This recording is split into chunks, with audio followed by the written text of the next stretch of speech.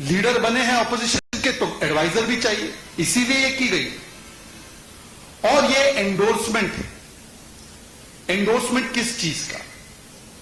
मित्रों, आपको याद होगा कि यही सैम पित्रोदा अर्थात अंकल सैम ने कहा था कि उनको भारतीयों में भारतीय नहीं, उनको विदेशी दिखते हैं। वैसे कांग्रेस पार्टी तो विदेशियों में ज्यादा विश्वास रखती भी है, उनके नेतृत्व का भी अगर आप स्ट्रक्चर कई वर्षों तक देखेंगे तो विदेशियों में उनको ज्यादा आस्था है, पर भारतीयों में ही विदेशी दिखने लगे। दक्षिण भारत के लोग अफ्रीकन, नॉर्थ ईस्ट के लोग बड़े रेसिस्ट कंजेक्चर के साथ कहा गया कि ये चाइनीज, जो पश्चिम भारत के हैं, मतलब मैं जहां से आता हूं, हम सब अरब, और जो नॉर्थ के हैं वो सारे लोग व्हाइट्स। और इस बात के लिए कांग्रेस ने शायद कॉस्मेटिकली अपना किनारा कर दिया होगा बयान से, पर जब एक एंडोर्समेंट लेटर अर्थात अपॉइंटमेंट लेटर कल कांग्रेस की तरफ से गया तो अंकल सैम ने एक ट्वीट किया, उन्होंने एक इंटरव्यू भी दिया, एक ट्वीट किया, और ट्वीट में उन्होंने लिखा, I was not sacked, I step down willingly. मतलब कांग्रेस की कोई मंशा नहीं थी कि इस बयान के लिए उनको निकाले, वो खुद बता रहे हैं। The remarks made by me were not racist, in fact it is the racist people who thought they are racist. मतलब अंकल सैम को जब कल कांग्रेस ने रीअपॉइंट किया तो अंकल सैम ने आकर यह कहा कि कांग्रेस तो मेरी बातों से पूर्ण तरीके से इत्तेफाक रखती है और मेरे कमेंट्स रेसिस्ट नहीं हैं, उल्टा जिन लोगों ने इस विषय पर बात उठाई वो रेसिस्ट है। मतलब यदि कोई साउथ इंडिया का व्यक्ति हो जिसको बुरा लगा हो कि आपने मुझे अफ्रीकन बोला, ही इज रेसिस्ट। अगर कोई नॉर्थ ईस्ट के व्यक्ति हो, मुझे याद है उस समय पर हमारे किरण रिजिजू साहब ने और पेमा खांडू साहब ने इस विषय को उठाया था, तो वो रेसिस्ट है। आपने उनको चाइनीज बोल दिया पर वो रेसिस्ट है। सैम पित्रोदा जी और कांग्रेस पार्टी रेसिस्ट बयान नहीं कर रही है। और फिर उसके बाद वो कहते हैं कि मैं अपनी बात के लिए शर्मिंदा नहीं हूं, मैं अपनी बात पर कायम हूं, अडिग हूं। आज मैं इस मंच से सवाल पूछना चाहता हूं, रेवंत रेड्डी जी से मैं सवाल पूछना चाहता हूं कि क्या रेवंत रेड्डी साउथ इंडियंस को अफ्रीकन समझते हैं जैसे सैम पित्रोदा बता रहे हैं? सिद्धरामैया जी से, एमके स्टालिन जी से, और कांग्रेस में तो कई सारे नेता है ना जो नॉर्थ साउथ की बड़ी बड़ी बातें करते हैं। भाई कलकुरुची में इतने लोग मारे गए, उस पर आप चुप रहे, पर जिसने साउथ इंडियंस को अफ्रीकन कह दिया उस पर भी आप चुप है। और केवल चुप नहीं, उनकी बातों को सही मानते हुए उनको रीअपॉइंट कर दिया। और केवल यहां बात नहीं समाप्त होती, गुरु की और भी कुछ बातें हैं जो चेले को बड़ी अच्छी लगी।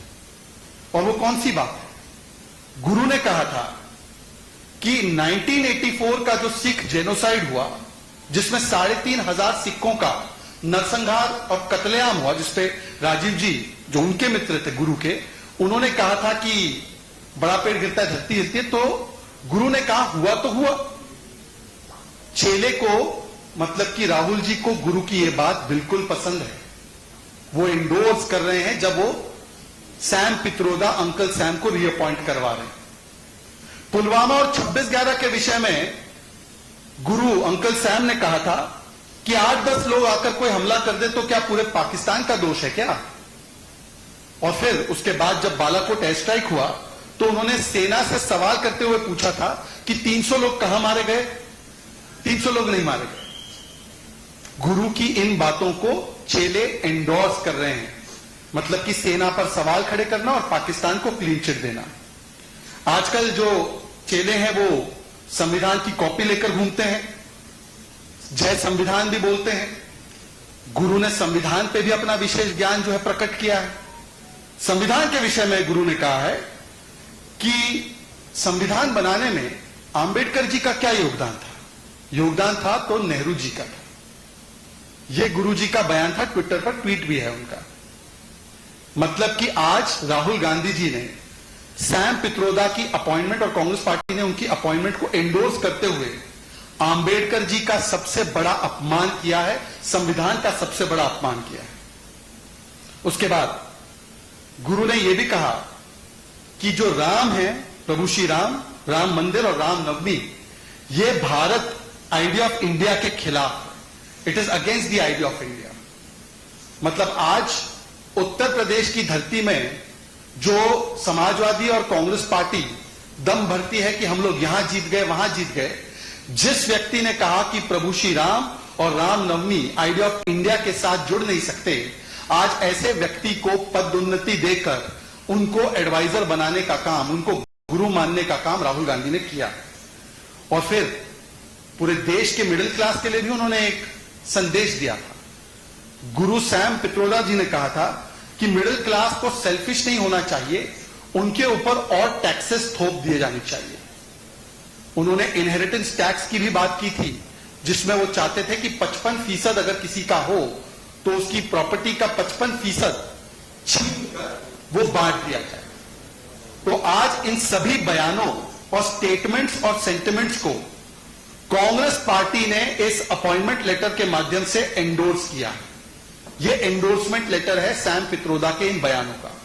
अन्यथा अगर ऐसा नहीं है तो जयराम रमेश जी, उनका खुद का ट्वीट देख लीजिए जब उन्होंने ये अपॉइंटमेंट को सार्वजनिक पटल पर रखा। जयराम रमेश जी कहते हैं कि सैम पित्रोदा को इसलिए लिया गया है क्योंकि उनके कमेंट्स का कॉन्टेक्स्ट उन्होंने समझा दिया, और वो तो प्रधानमंत्री मोदी थे जिन्होंने उनके कमेंट्स को डिस्टोर्ट किया। ये जयराम रमेश जी ने एंडोर्स किया कि उनके कमेंट्स में कोई बुराई नहीं थी, उनका एक कॉन्टेक्स्ट था। अब किस कॉन्टेक्स्ट में साउथ इंडियंस को अफ्रीकन कहा जा सकता है, नॉर्थ ईस्ट के लोग को चाइनीज कहा जा सकता है, जयराम रमेश बताएंगे। पर जयराम रमेश जी कह रहे हैं कि जो भी हुआ वो आप लोगों ने, जो साउथ इंडिया के लोग बुरा माने या नॉर्थ ईस्ट के लोग बुरा माने, वो उनकी वजह से हुआ, वो रेसिस्ट है, उन्होंने डिस्टोर्ट किया। सैम पित्रोदा ने जो भी बयान दिए हैं आज तक, वो सारे बयान सही है। इमरान मसूद ने भी कहा कि ये तो डिजिटल क्रांति के प्रणेता है, तो इनको तो पार्टी में लेना ही चाहिए फिर से। और उदित राज ने तो और भी अनोखी बात की, उन्होंने ट्वीट करके कहा कि डॉक्टर सैम ने जो बात की थी वो बात तो सही थी, लेकिन समय गलत था।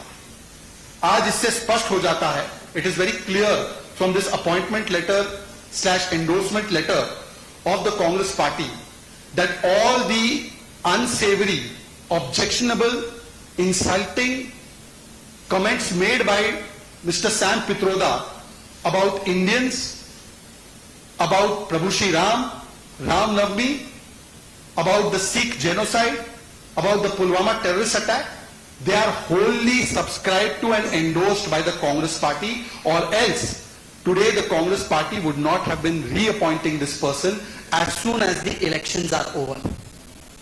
ये इनकी हकीकत है। अगर आपके कोई सवाल होंगे इस विषय से या और कोई विषय पे तो जरूर पूछिए। संगोल को लेकर के एक सवाल है, जिस तरीके से समाजवादी पार्टी ने आज सवाल उठाया और उन्होंने कहा कि ये कॉन्स्टिट्यूशन का अपमान है, और कहीं न कहीं आरोप लगाया कि उसको कॉन्स्टिट्यूशन को रिप्लेस करने की कोशिश हो रही है संगोल। कैसे आप देख रहे हैं? देखिए, आज मैंने सुना वो बयान, समाजवादी पार्टी के नेता कहते हैं कि ये सिंबल ऑफ मोनार्की है। Sengol is symbol of monarchy.